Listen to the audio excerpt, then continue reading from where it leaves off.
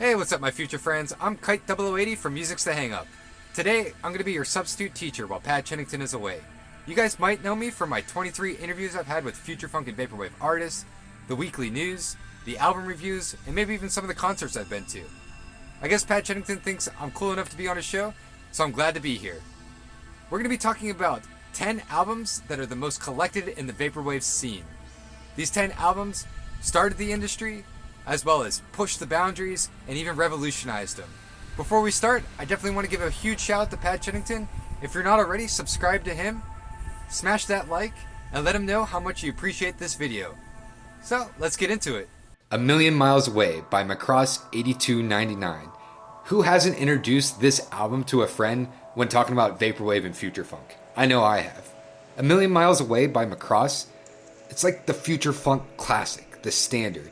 In Pat Chennington's video, Why Future Funk is So Addictive, he hints at you'll always be chasing for that one song that can make you relive that first experience with future funk. And for me, A Million Miles Away was my first future funk experience. The album introduces us to everything groovy about 80s Japan. It fits in an extremely well-produced package, and that makes it almost impossible not to dance to. I've been to a couple future funk shows, Groove Horizon, Mikazuki Big Wave, and Spaz Kid, and at some point, one of the DJs always puts on a track from this album, putting it as a staple in the vaporwave and future funk scene. Blank Banshee Zero by Blank Banshee. Canadian artist Blank Banshee released this originally in 2012. It was a complete different sound for the vaporwave scene, as it took these low sounds that we were used to hearing and speeding them up to more of a dance track. I would put more dance vapor trap as a possible subgenre. It was like a complete shift in direction of vaporwave and making it much more approachable for some, while still building on top of the basic ideas of what vaporwave stood for. Back in 2016, we saw a resurgence of vaporwave because of his track Teen Pregnancy, through the meme, I suppose, of Simpson Wave. I think Simpson Wave was a pretty amazing thing to happen to the vaporwave scene, as it brought a resurgence. From the original release in 2012 to 2016 coming back with Simpson Wave, it is an album that a lot of people desire to have. According to Discogs, over 1,500 of you actually are still looking for this cassette. The great thing is, on hologrambay.net, which is Blank Banshee's website, you can actually grab it right now, so there's no reason for you not to have this in your collection. George Clanton's Slide.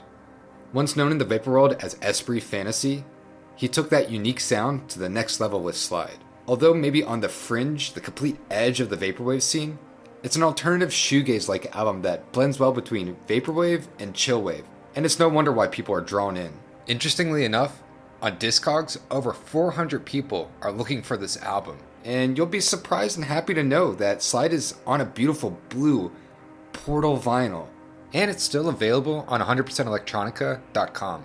Even if this album does blend outside of the scene, it marks how vast vaporwave really is. Cat System Corp. Paul Mull. Who would have thought the ambient sounds of a dying industry would sound so pleasing? Whether you hear the checkout counter or the announcements on the speaker, the ambient sounds in the background with the synth to drive you along, it's a beautiful experience.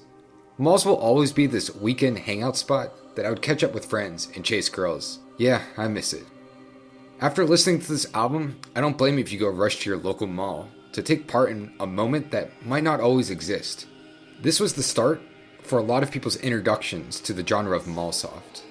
So whether you're at the checkout counter getting a new t-shirt, or in the food court buying lunch, if you can find this album, definitely pick it up. Deep Fantasy Surfing. Not too often do we see in our scene a band. But that's exactly what surfing is. An Australian duo that takes chillwave to that laid-back party feel that the rich elite only know about. Pristine beaches, orange skies, and drinks you can't afford. Yet, somehow, this album almost feels fake and manufactured. Sampling, it's difficult to distinguish between actual instruments. And with the ambience of the voice, this album is pushing boundaries, but isn't making fun of itself. Pat did do an incredible review of this album, so definitely go check that out if you want to learn more. Whether it's because of the classic vintage high life album art or the music, over 1,000 people on Discogs want this album, making it the first one on this list to go over that 1K mark.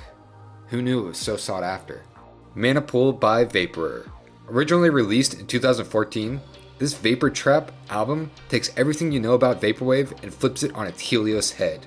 Heavy bass lines and drums that take that Manipool found in Final Fantasy and brings the magic to the trap house.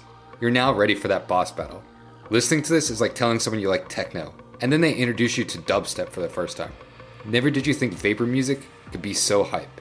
At the end of the album, you find out it was all a computer dream, and you're back to your normal life. But don't fret, take another sip, smash the repeat, because the rest of this week, you're listening to this album. Rain Temple by 2814. If Birth of the New Day was the calm of a rainy city, Rain Temple is the adventure that awaits you. For those brave enough to go explore the unknown, this is your album. Where ambience and city noise once set the tone, percussion and a mysterious excitement drives this album. Warm summer nights with the sweet smell of rain in the distance.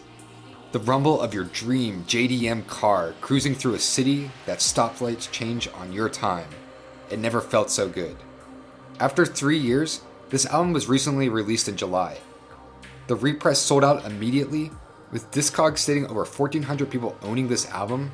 There's a reason why 2814 has 2 albums on this list. Late Night Delight by St. Pepsi and Luxury Elite.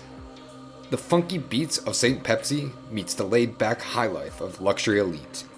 It's such a treat to hear 2 Vaporwave legends come together to produce an album.